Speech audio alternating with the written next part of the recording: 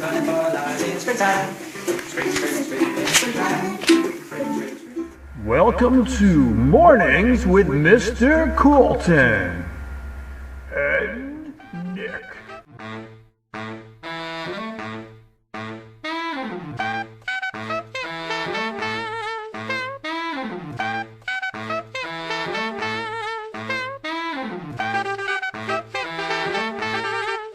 Can I see it? Can you say what? You know. Yeah, sure, go for it. Welcome to Morning with Mr. Kolton.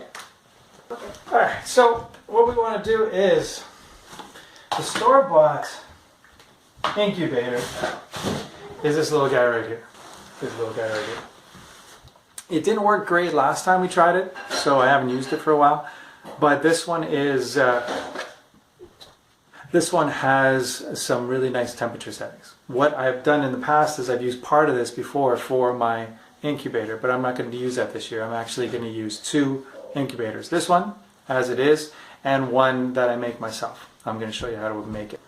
This one has a little thermometer there, and it's got a temperature setting. You can set it exactly. It's also got a little fan that blows hot air up into where you put the eggs on right here, and then it's self-contained in a dome.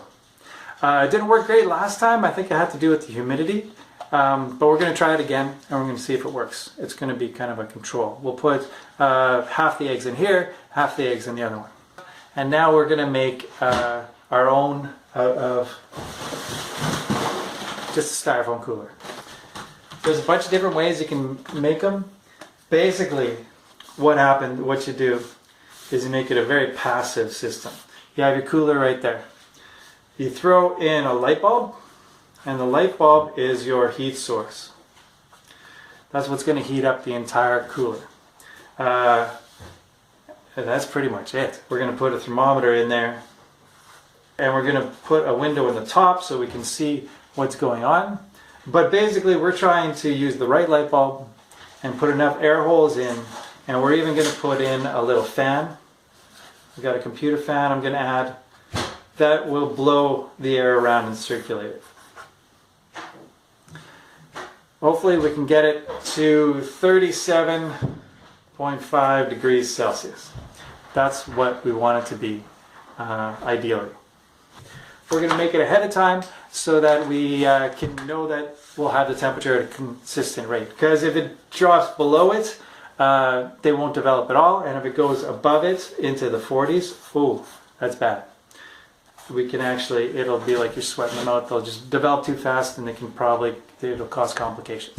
So we want it 37.5, as close to that as possible. There's a range between 35 and 38 is kind of perfect, or maybe 39 you could probably get away with for a short period of time. And then we're also going for humidity. And so for humidity, we're just going to put a little pan in there with some water so that it can add some humidity to the air. If it's too dry, they'll shrivel up. If it's too wet, they can actually drown in the eggs. So you want to be very careful. We do have to figure out a way to turn these eggs every 3 times a day. They're not supposed to stay on one way, because what happens is it's kind of like when you're sleeping on your side and you kind of get stuck there. If you slept in the same position all night, you'd wake up and get all kind of crampy. Same idea. You want to move them around so that they can shift positions a little bit. 3 times a day. What I'm going to do this time is I'm going to use strings. And it's going to be really simple. I'm going to put holes in the top, right there. I'm going to put string down here, and it's going to attach to my egg carton with the eggs in them. And all I'm going to have to do is I'll pull on these strings to raise this end, and I'll lower this end, and vice versa when we have to turn the eggs. But what if you fall over?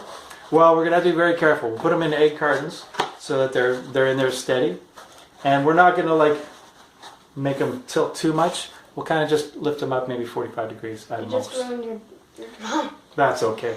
I think they got the idea of what it's all about. Alright, so let's build it. Yay! Building time!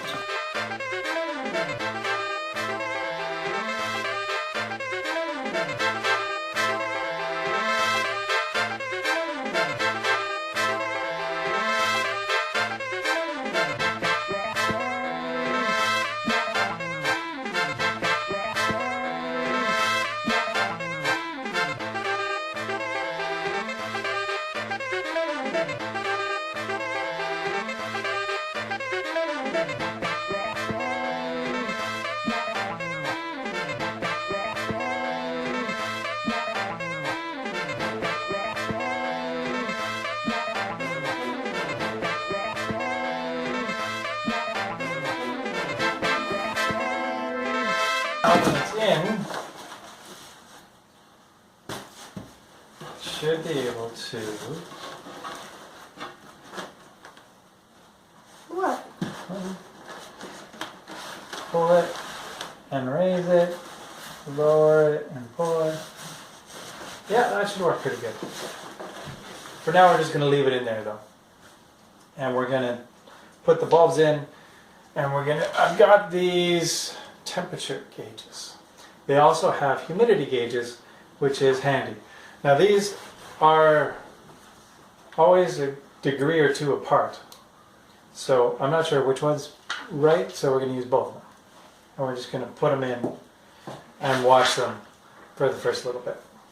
That's it for now. I'll show you what it looks like, and we'll put the bulbs in, and I'll show you some pictures at the end of what it looks like, as well as I'll get a link to a little previous taste of what it looks like if we actually do incubate the eggs. I've got some videos from a couple years ago of the eggs hatching and of my other designs for the incubator, and so I'll share those with you.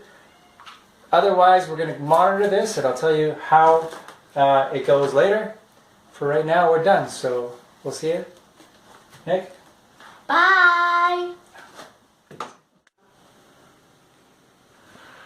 I also wanted to show you guys the incubator as it was coming along. It's actually holding a pretty good temperature, and I want you to take a quick look at it. I've been having it here for a few days now, and it is actually holding on to about close to 37 degrees. One side is a little hotter than the other, but I think it should be pretty good.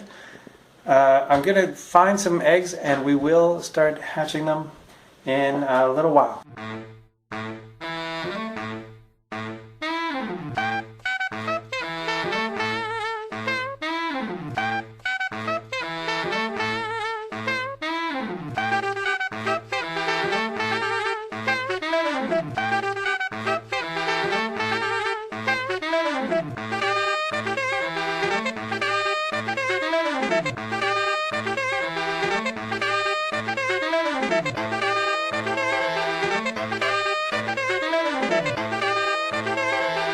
Mornings with Mr. Kolton.